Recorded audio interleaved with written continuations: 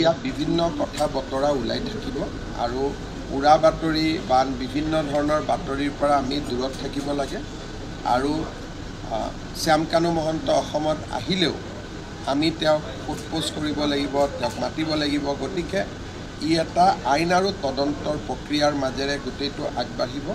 সেইকাৰণে যিসকলে জুবিনক ভাল পায় তেওঁলোকক মই অনুৰোধ কৰিম যে এই গোটেই ঘটনাটোৰ পৰা আমি উৰা বাতৰি বিভিন্ন ধৰণৰ কথা বতৰাৰ মাজেৰে বিভ্ৰান্ত নিজেও হ'ব নালাগে, আনকো বিভ্ৰান্ত কৰিব নালাগে।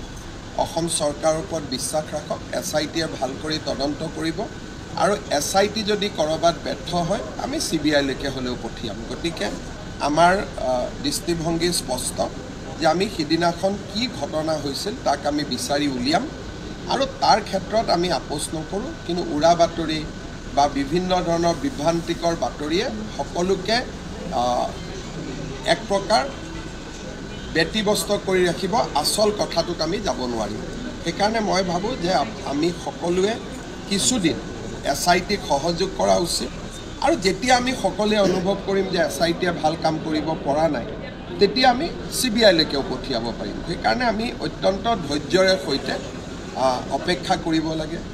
ভিছেৰা ৰিপৰ্ট আহিব, পষ্টমৰ্টেম ৰিপৰ্ট আহিব, ছিংগাপুৰৰ পৰা মানুহখিনিক উভতাই আনিব লাগিব। সেই সময়ত যোন আছিলে ই এটা প্ৰক্ৰিয়াৰ মাজেৰে আগবাঢ়িব।